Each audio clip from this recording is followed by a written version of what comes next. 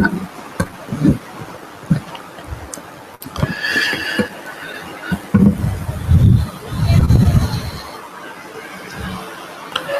the passage we have been studying, Sri Aurobindo describes the supreme creative word, and as it moves into manifestation, it has its seed sounds, it has its forms, it has its rhythms. We have been exploring these three facets of the word as it moves into manifestation. And last time we read from Sri Aurobindo's future poetry the importance of the rhythm, and not only the most material part of the rhythm in the spoken speech, but how it also expresses a subtler rhythm all the way to what may be called a soul rhythm deep within. And it is the divine presence within us which hears that deepest rhythm and which responds to that. In one of the passages we read, which is the beginning of the next chapter in the future poetry, he bridges these three: the rhythm, the form,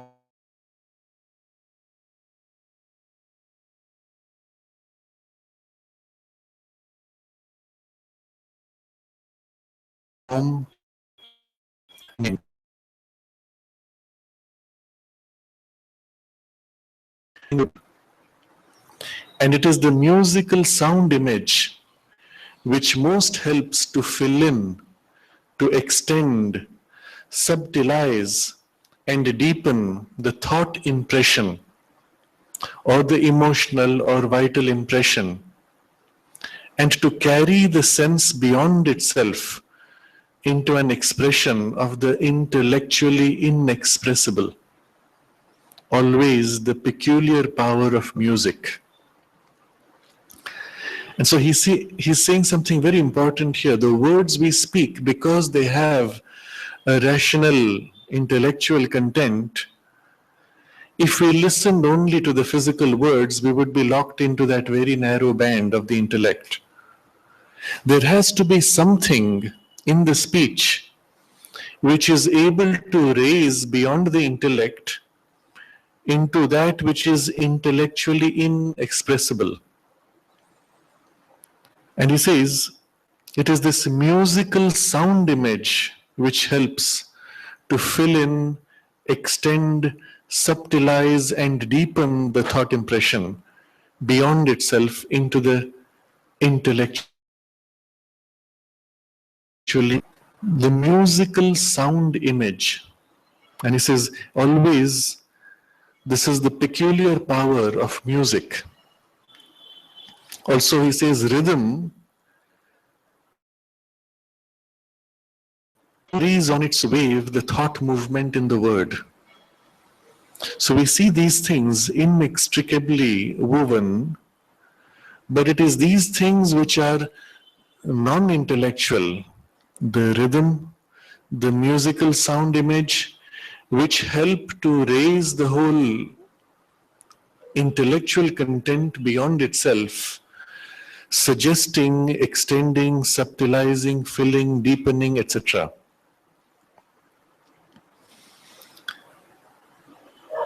I was tempted to draw upon some of Sri Aurobindo's own poetry to bring out some examples of this, but not only his poetry, but also his prose. Things which we do not always consciously appreciate, which we sense often subliminally. In his Sri Aurobindo's sonnets, we find briefly stated, and often in a very rhythmic, suggestive way, some of the most profound spiritual experiences. And these are often a very useful text of study to see how the word and the rhythm and the musical sound image are expressed in the poetry and how they raise. I will touch upon a few very quickly, not even dwelling on the entire poem. There's one poem which is called Electron. The electron on which forms and worlds are built leaped into being a particle of God, a spark from the eternal energy spilt. It is the infinite's blind, minute abode. And you see the rhyme, the effect of the rhyme which we had read last time.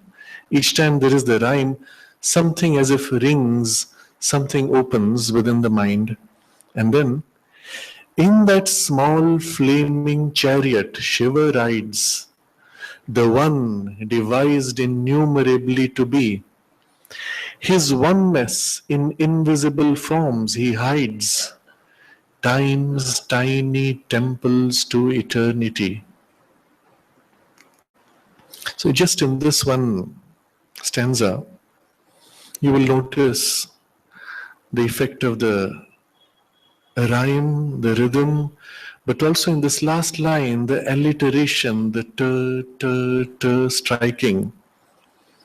And the line itself describes electron as time's tiny temples to eternity. And the whole striking of the has this very silvery musical striking of the bell, as if we are entering the temple or we stand before the temple. And it evokes on a subtler level in the mind something quite extraordinary. So I read this again. It is the temple in which Shiva rides, and Shiva is within. The temple itself is the flaming chariot. And that one, the one Shiva, devised innumerably to be. Although it is one electron, there are millions of electrons, they are all identical. You cannot distinguish one from another. And his oneness he hides in invisible forms, which are each time's tiny temples to eternity. In that small flaming chariot Shiva rides, the one devised innumerably to be. His oneness in invisible forms he hides, time's tiny temples to eternity. Atom and molecule in their unseen plan buttress an edifice of strange onenesses. Crystal and plant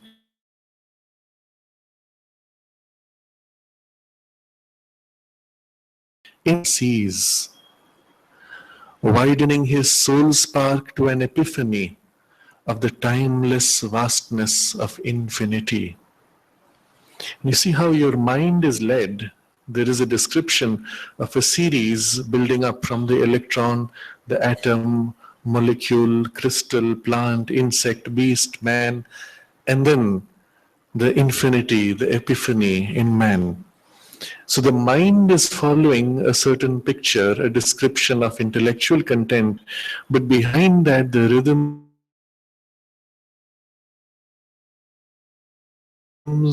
all of these are providing a certain mood and raising the whole thing to that level which crosses the threshold of what the intellect can express.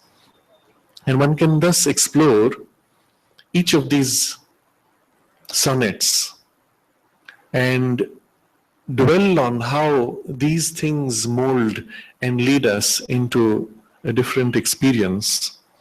I want to touch on a few of very different kinds.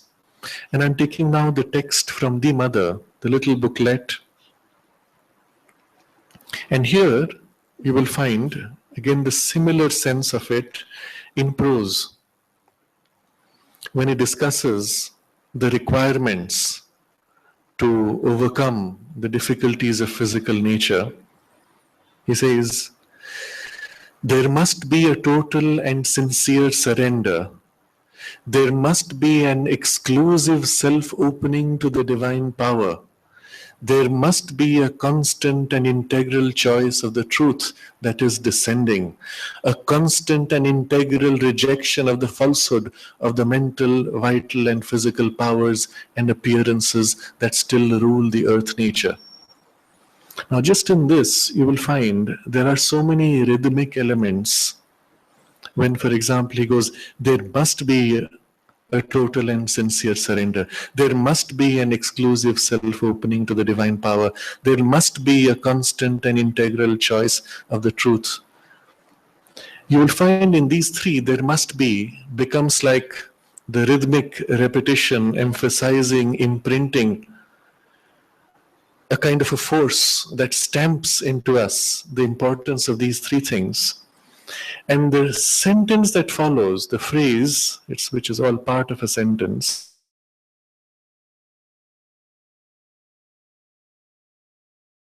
an intonation. And the third one then goes beyond. The rhythm and intonation ends there. There must be a constant and integral choice of the truth. And then the text extends, that is descending. And it as if breaks the sequence of the three extending, but starts at that point a second rhythm, because a choice of the truth that is descending now becomes now the starting point for a second rhythm, a constant and integral rejection of the falsehood. So a constant and integral choice of the truth that is descending, a constant and integral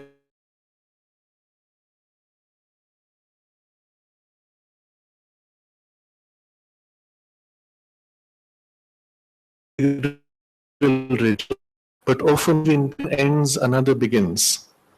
And the effect in our consciousness of the repetition is as if something is being fixed in us. In the Veda, you find similar patterns. There are lines which are invocations, something which we aspire for. And then there are lines which are affirmations.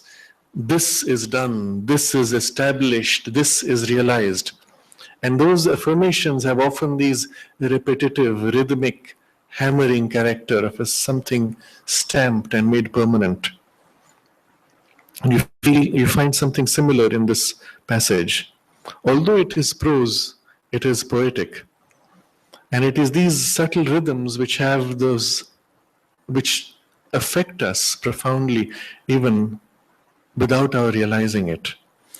And then I wanted to give another example. These rhythms are not just in the lines which we are able to recognize, because the human mind is not very trained, at least the modern mind is not very trained to recognize larger chunks of the rhythms.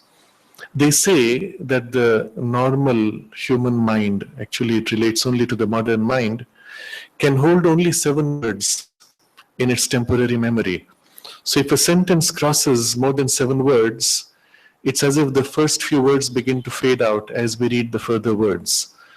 And that's why you will find in most of the modern writing, they make for short sentences so that the meaning is quickly completed, or a phrase is limited to 7 or 8 words at most, not longer structures.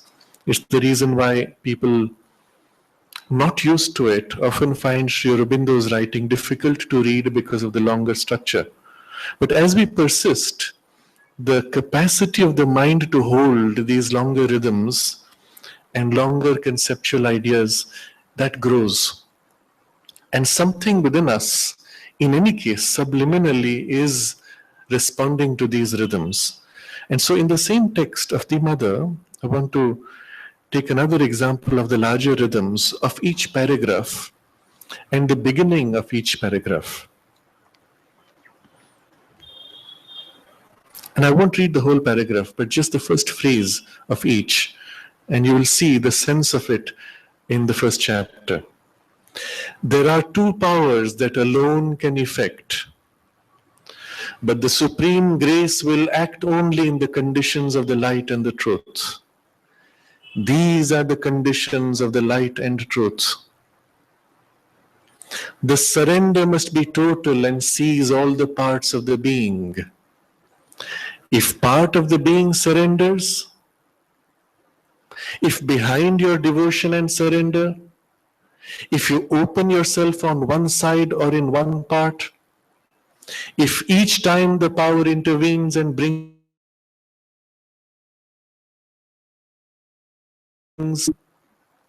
do not imagine that truth and falsehood. Reject the false notion that the divine power will do. Reject too the false and indolent expectation that the divine power will do. And inert passivity is constantly confused with the real. This is the true attitude, and only those who can take and keep it.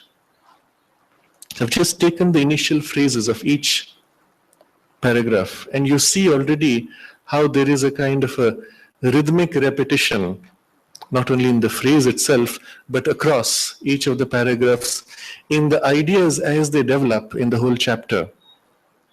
First, this is what we need, and then the conditions, and then finally the affirmation, this is the true attitude, and only those who can take it and keep it, etc. You will find similarly in, of course, here the paragraphs are also shorter, sentences are also relatively short.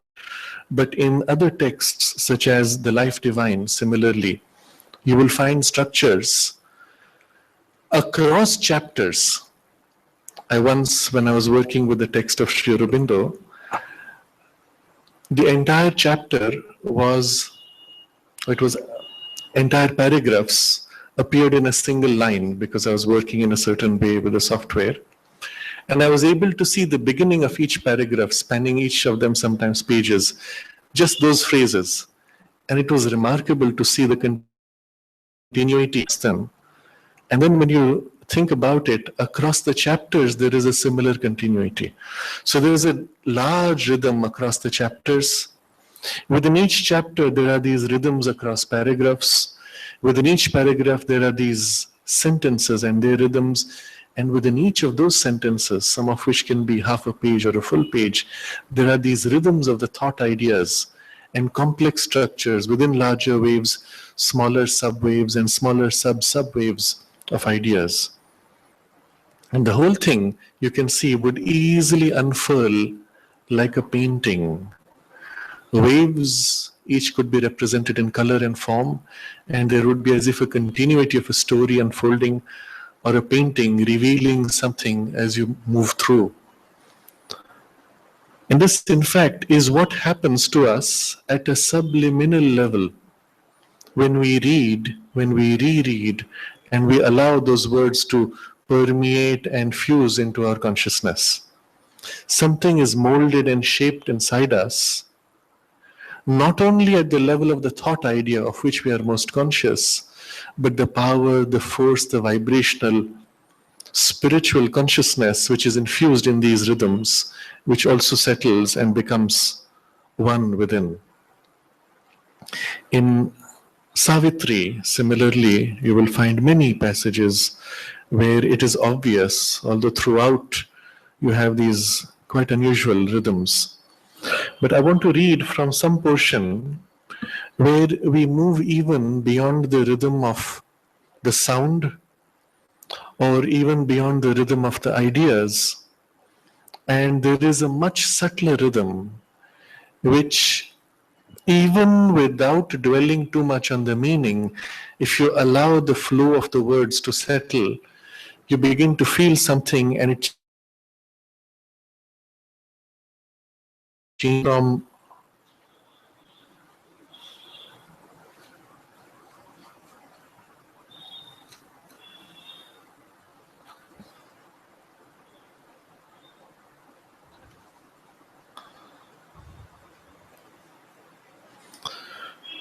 from the canto titled The Soul's Choice and the Supreme Consummation.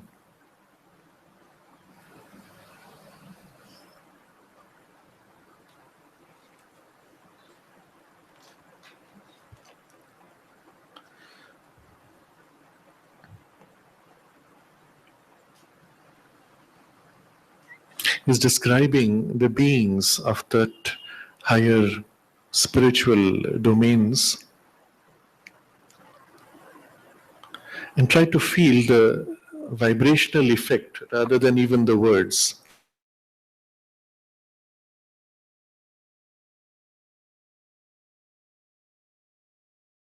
In deathless tires, eyes of an unborn gaze towards her leaned through a transparency of crystal fire. In the beauty of bodies wrought from rapture's lines, shapes of entrancing sweetness spilling bliss, feet glimmering upon the sunstone courts of mind, heaven's cup-bearers bore round the eternal's wine.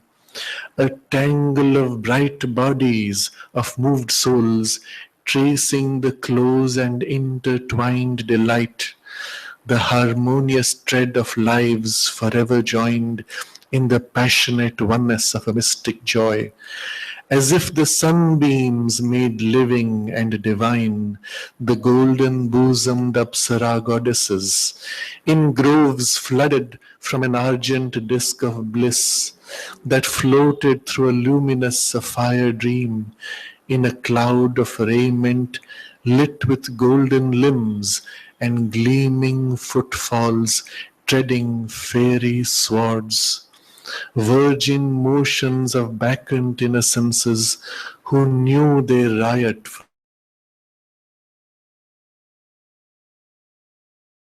it revels of the heart.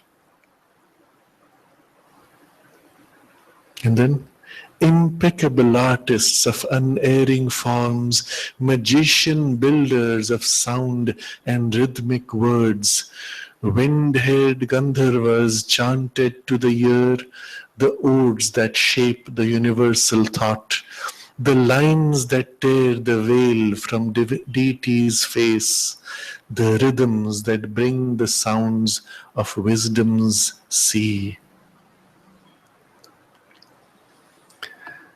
The passage itself describes the deities who are builders of sound and rhythmic words and who form the lines which reveal the divinity and the rhythms which express, manifest that wisdom. But you can feel in these sounds something. The resonance is taking place somewhere so deep within, and reading so fast, the mind often doesn't have enough chance to follow the full intellectual content of the description, and yet the vibrational quality of that whole domain and what that thing is fills us and shapes us, even raises, changes our consciousness.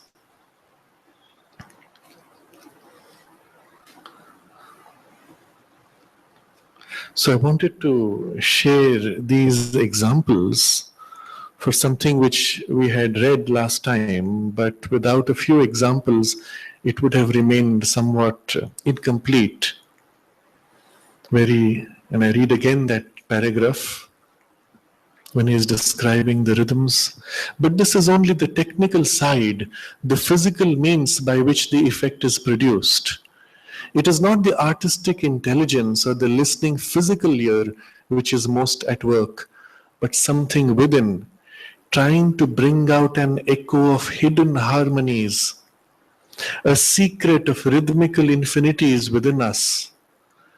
It is not the labor of the devising intellect or the aesthetic sense which the poet has achieved, but a labor of the spirit within itself to cast something out of the surge of the eternal depths.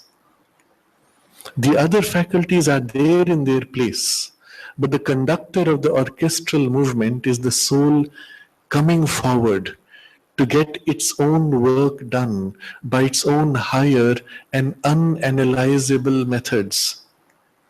The result is something as near to wordless music as word music can get. And with the same power of soul life, of soul emotion, of profound supra-intellectual significance. In these higher melodies, in these higher harmonies and melodies, the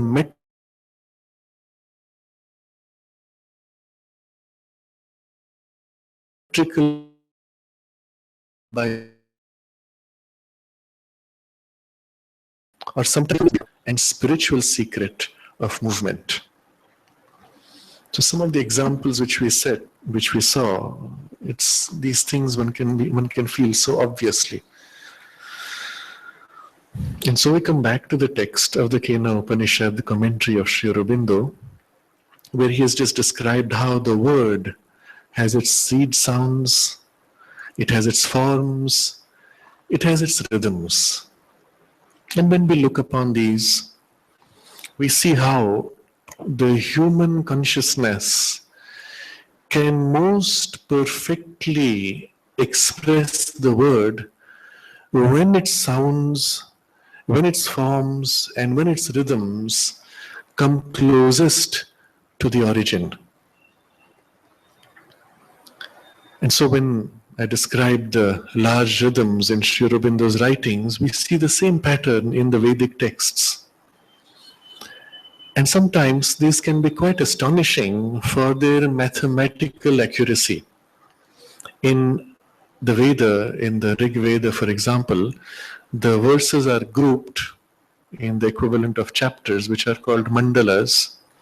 If you count the numbers of verses in the mandalas, successively, they represent purely in number the rotational periods of different planets of our solar system.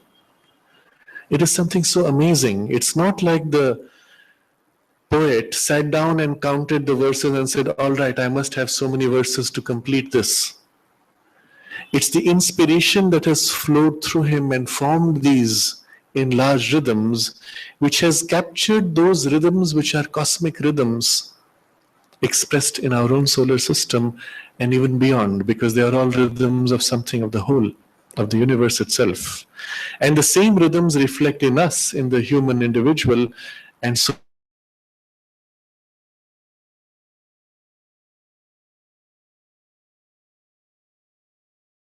the rhythm of the whole universe, but all the subsequent subtler, denser gradations of organization down through even the astronomical and the most material, even in our own physical form.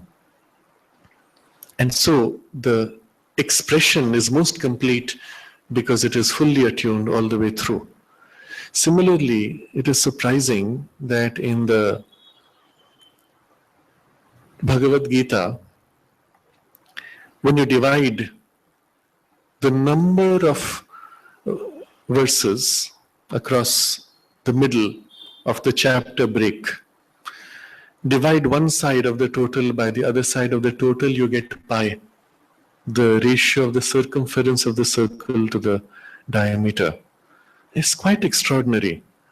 Again, it's not because somebody, the inspired poet, tried to count. It's how the rhythms came. Similarly, in Savitri, when you consider the 365th line of the text, I'm not sure I can get it immediately, but it goes something like 12 passionate months led in a day of fate. Straight away, the 365th line is describing 12 months leading to the day of fate. It's not as if Sri Aurobindo counted the number of lines, but these are natural expressions of the inspired word as it organizes itself. Even when we look at the form of the human body, you will see these three things of the word: the sounds, the forms, and the rhythms, naturally organized in the form of the body in this way. The speech, the sound is expressed in the head. The forms of expression are through the arms, and with the feet we can express best the rhythms. And when you look at the human body in this way, it is literally a physical encapsulation of the three levels of the word expressing itself. And so when the human body moves, speaks, gestures, and walks or dances in rhythm, it is also an incarnation and expression in material form of the word. perfectly organized in the very structure of the body. And this is how the ancients saw these art forms of music, of dance, or theater as vehicles for the expression of the supreme word, or as high as one could rise to articulate or align ourselves with the supreme word. And it is that which made the art a spiritual exercise, a spiritual quest, a sadhana. And therefore, the teacher, even of these arts or sciences, was referred to as the guru. The guru nowadays is used very loosely. Any expertise in any field is referred to as a guru. But there, the sense of guru was always associated with the spiritual, because the guru is one who removes the ignorance, reveals, draws out the spiritual truth hidden within us. And so these art forms were also means of a spiritual sadhana, and the highest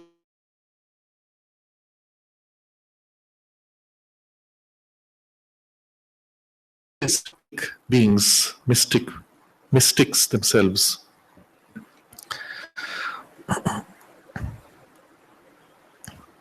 So, leaving this description now, we move to the next paragraph, where Sri Aurobindo is going more into the sense of the text. Remember, this is an elaboration of the fourth verse. That which is unexpressed by the word, that by which the word is expressed, know that to be the Brahman, and not this which men follow after here. Now Sri Aurobindo comes to the crux of this. He says, but what is it that is expressed or raised up before the mental consciousness by the word in the phenomenal world? Not Brahman, but truths, forms, and phenomena of Brahman. Brahman is not, cannot be expressed by the word. He does not use the word here to express his very self, but is known only to his own self-awareness. So although every exercise of poetry, of prose, of music, or dance, or theater may try to reach to that highest word, what is it that finally expresses itself?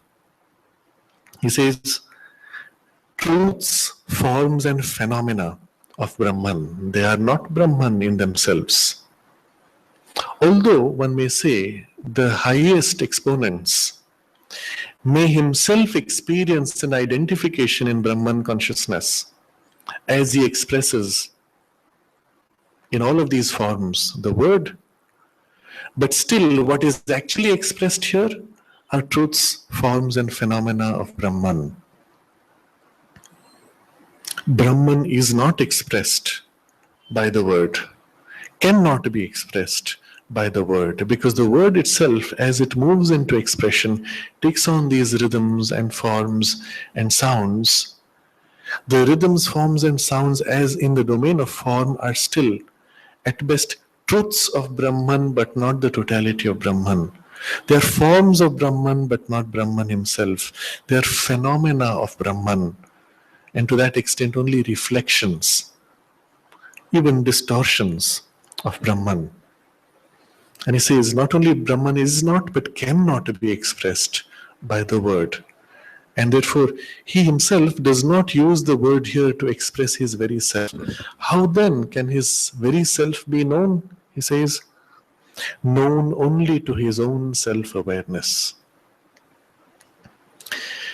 In order to know Brahman, we have to identify with his own self-awareness, which alone is capable of knowing him as he knows himself.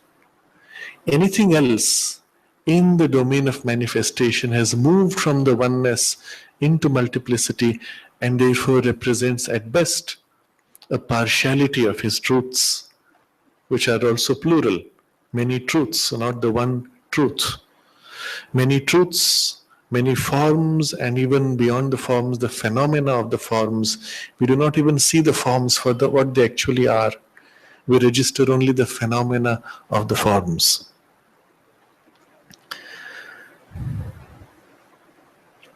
And even the truths of himself that stand behind the forms of cosmic things are in their true reality always self-expressed to his eternal vision in a higher than the mental vibration, a rhythm and voice of themselves that is their own very soul of movement.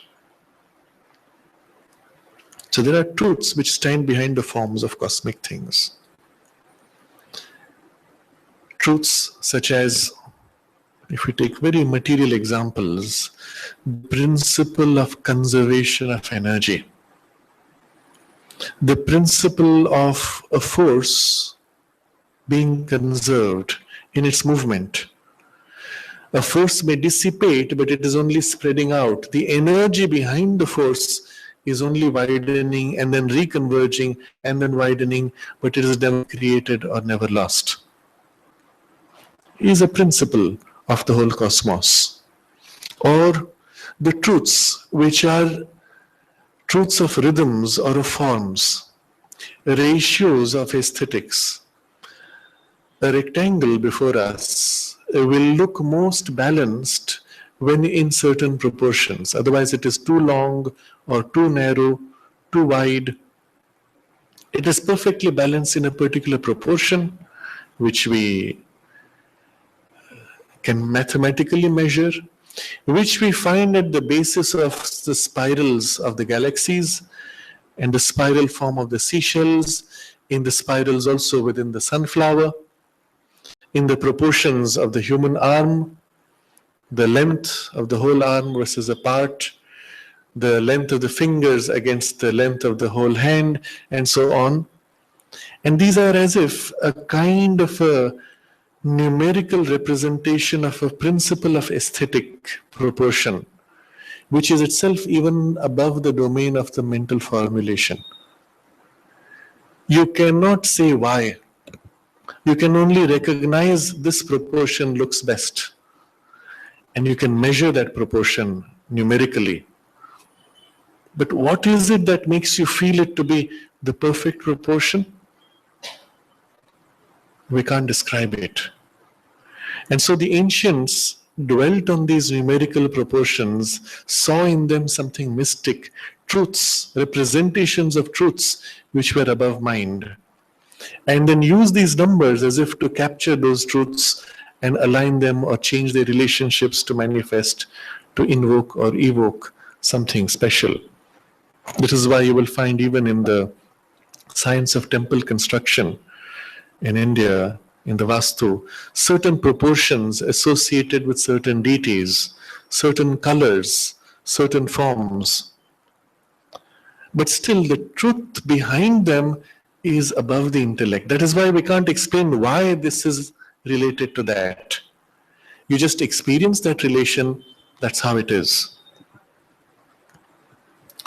The truths of himself that stand behind the forms of cosmic things are in their true reality always self-expressed in his eternal vision, in a higher than mental vibration, a rhythm and voice of themselves. That is their very own soul of movement. So there's something very interesting in the way he describes this. In that higher than mental vibration, there's a rhythm, a voice, and which are in their own very soul of movement. What is soul of movement? The phrase itself you cannot grasp in domain of form. Soul of movement means what? And yet you can feel what it means. It is a reality of the intuitive consciousness. When a dancer makes a certain gesture, there's a smoothness to that gesture, and you feel in that movement a perfect movement. Everything was so perfectly harmoniously expressing that feeling, that sentiment, that experience. That essential sense of harmony behind is the soul of that movement.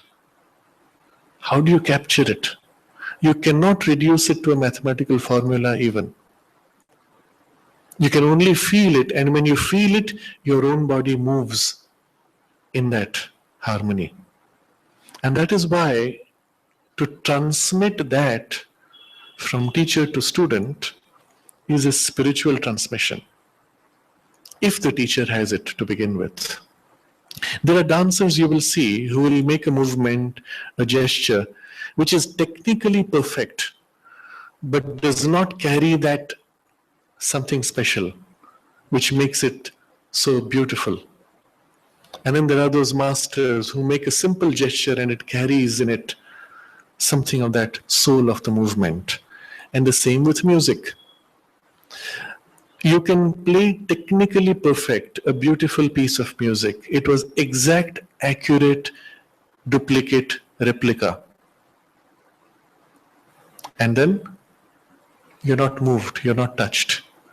But when the same thing is played in the heat of that inspiration by a master who lives, who holds the thing behind that piece of music and manifests that as he plays it, you feel that ooh, that ah, that uplifting movement.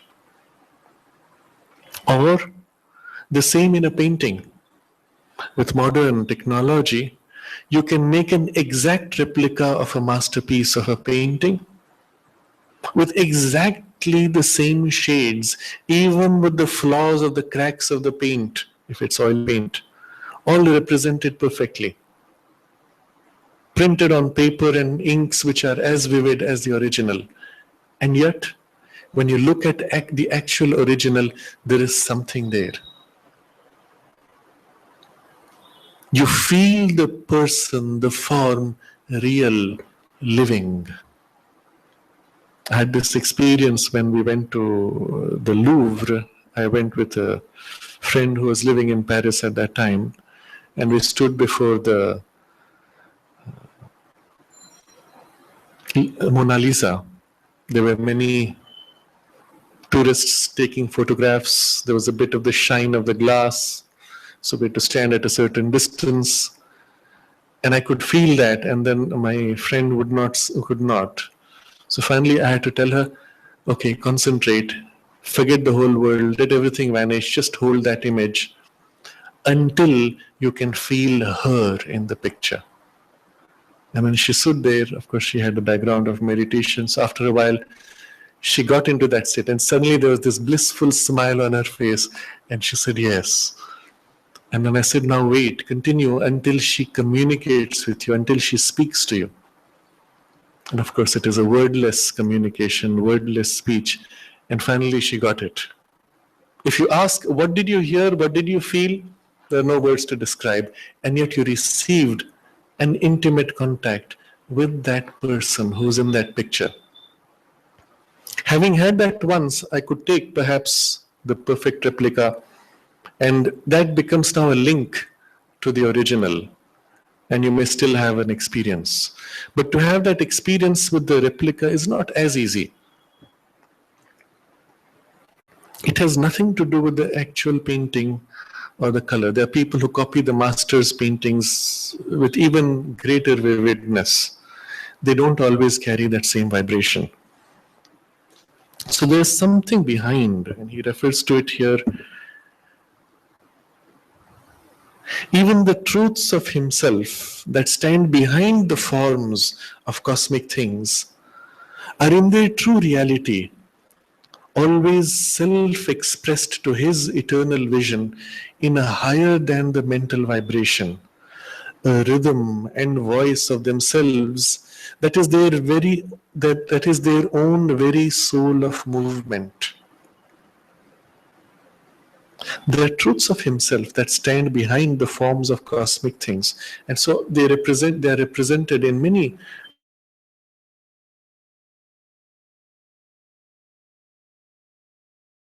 cosmic identity, always self-expressed to his eternal vision. So in the consciousness of Brahman, all these truths are there. They don't depend on any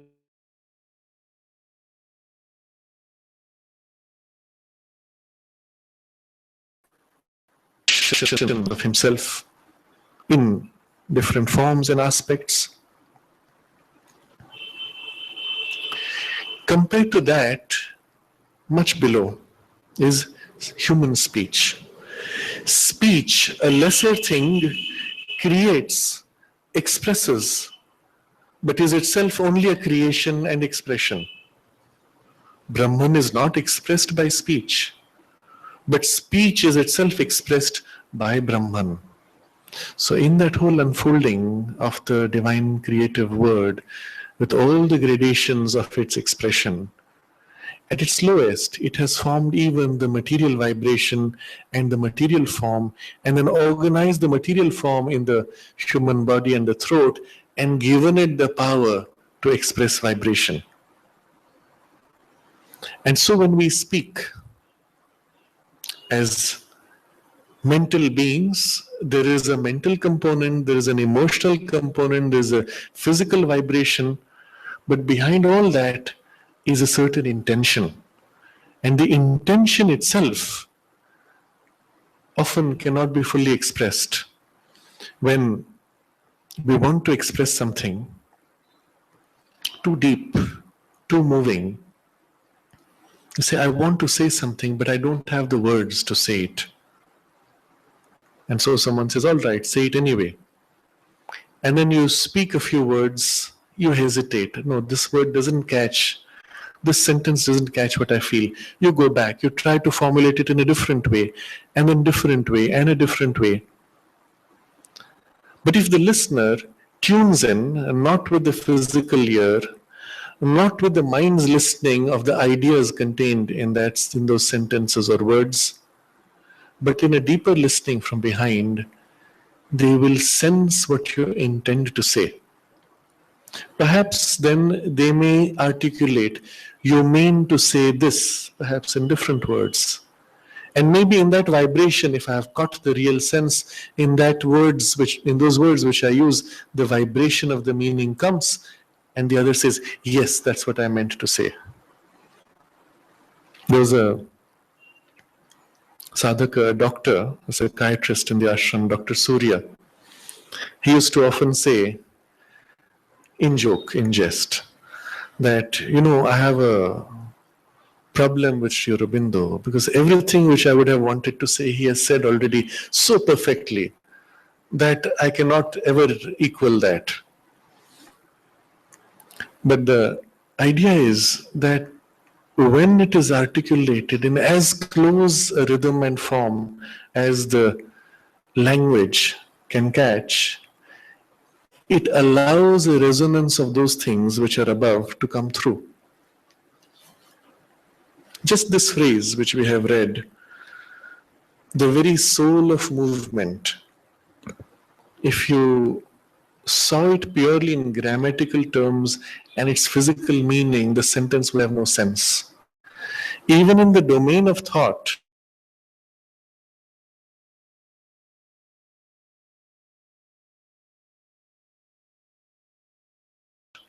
but if you become very quiet, the soul of movement lends a very clear sense. You know exactly what it means, but at a level which is somehow felt more in the heart or above the mind. And so language can express things in this way which are above its domain proper. So, speech creates, expresses, but is itself only creation and expression. And so it is a lesser thing. Brahman is not expressed by speech, but speech is itself expressed by Brahman. So in the human consciousness, when we speak out, there is this layer behind all that, which is a pure intention felt. Observe a conversation taking place, somebody is sitting, listening, then suddenly the body language changes, the person leans forward, and there's a sparkle in the eyes, and they want to say something.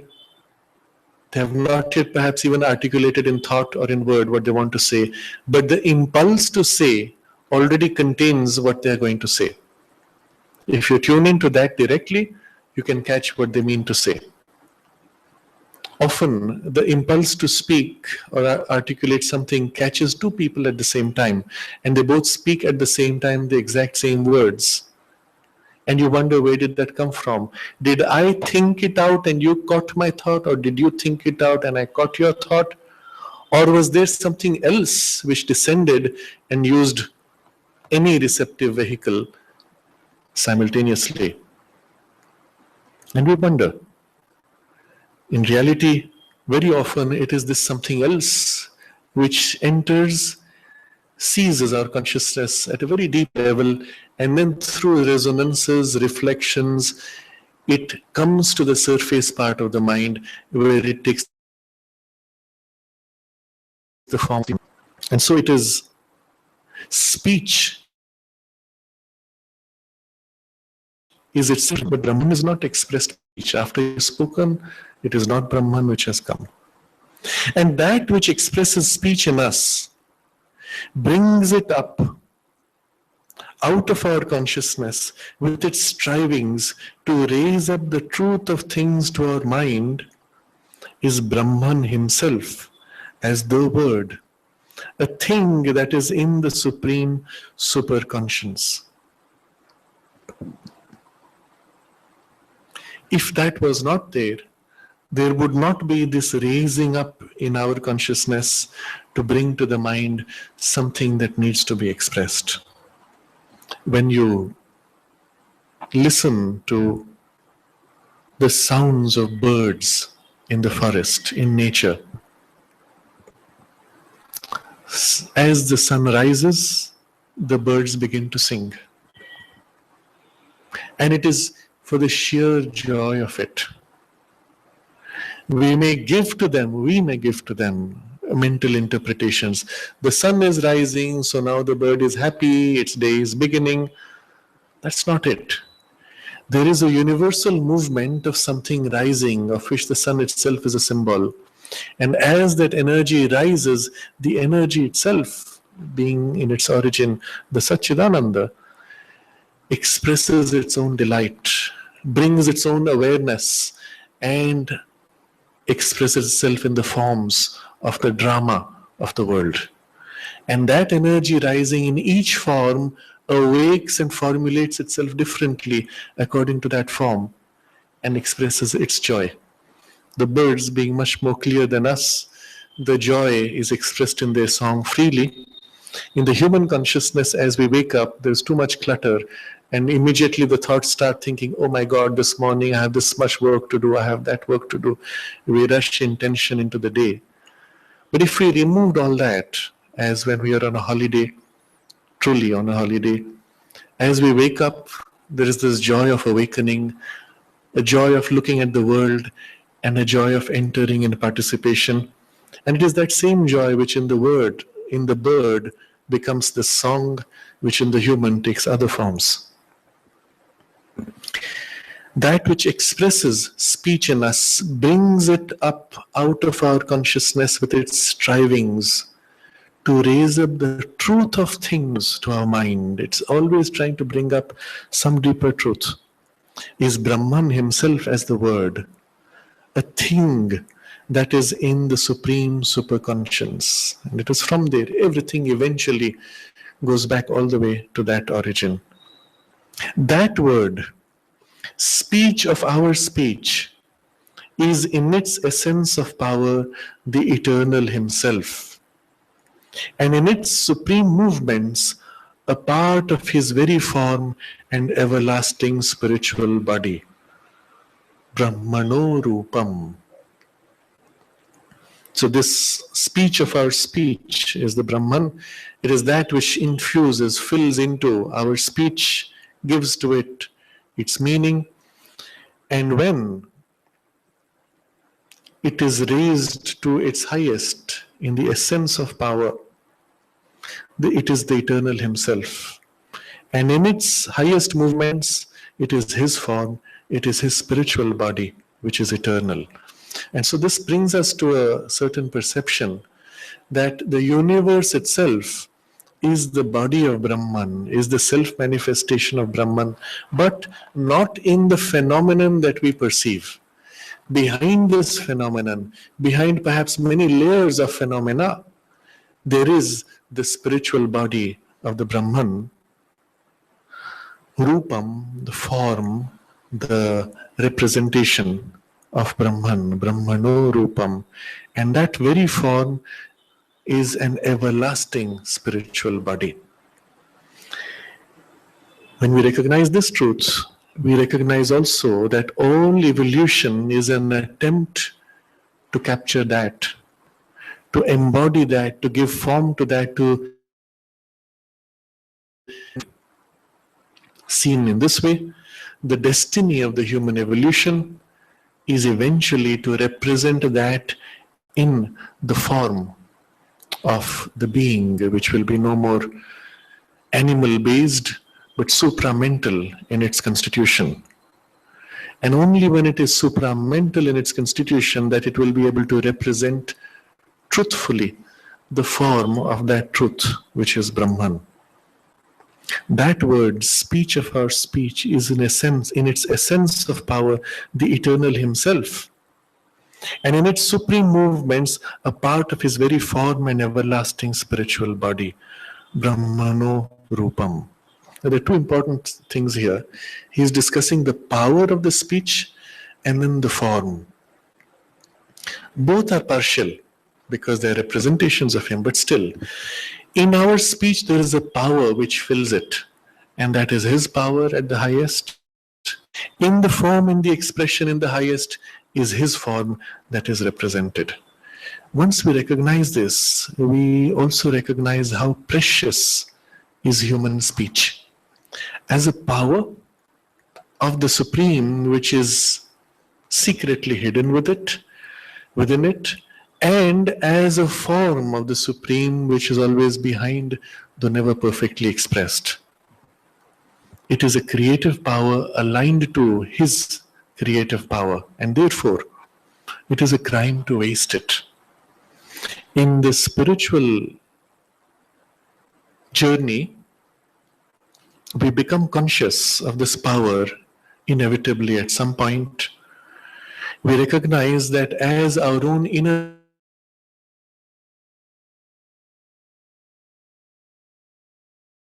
feel his presence more and more within us, filling us, we feel also his power beginning to fill our speech, our actions, our thoughts, our feelings.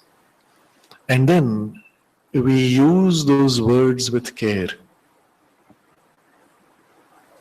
There is a training which the mother teaches in that text which is called the Four Austerities and the Four Liberations. In the Tapasya of Knowledge, she speaks of the importance of speaking only the truth. And when that tapasya reaches its culmination, there is a great power that comes in the word, that when you speak something, it carries with it the force of the truth and the power to actualize, to materialize what is spoken. But for that, this power and the channel of this power of speech has to be purified, that it should never be allowed to be tainted by falsehood or by any distortion. So it is part of the sadhana to be as precise, as true as we can in the speech we speak. But if this is true of the speech, it should be equally of the thoughts, which is just another vibrational level of the same power of the vak, the word, or of the emotions, which is another vibrational level of the vak. To allow the emotions only which are most pure and true, to allow thoughts to be formed as clear, precise, and true as possible, and so on, is a sadhana of the manifestation.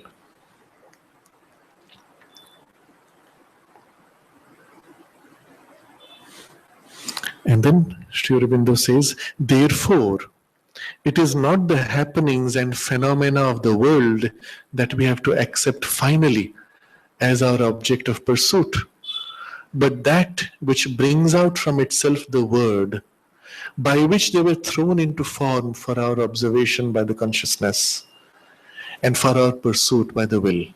In other words, the supreme existence So that is what we have to pursue, not this which men follow after here. And the last paragraph, we'll just read briefly, but we will dwell on it next time. Human speech is only a secondary expression, and at its highest, a shadow of the divine word, of the seed sounds, the satisfying rhythms, the revealing forms of sound that are the omniscient and omnipotent speech of the eternal thinker, harmonist, creator. The highest inspired speech to which the human mind can attain, the word most unanalyzably expressive of supreme truth, the most puissant syllable or mantra, can only be its far-off representation. Many interesting suggestions here which we will dwell on next time. So for now we see this as the deeper sense of this verse, that which is unexpressed by the word, that by which the word is expressed, know that to be the Brahman, and not this which men follow after here.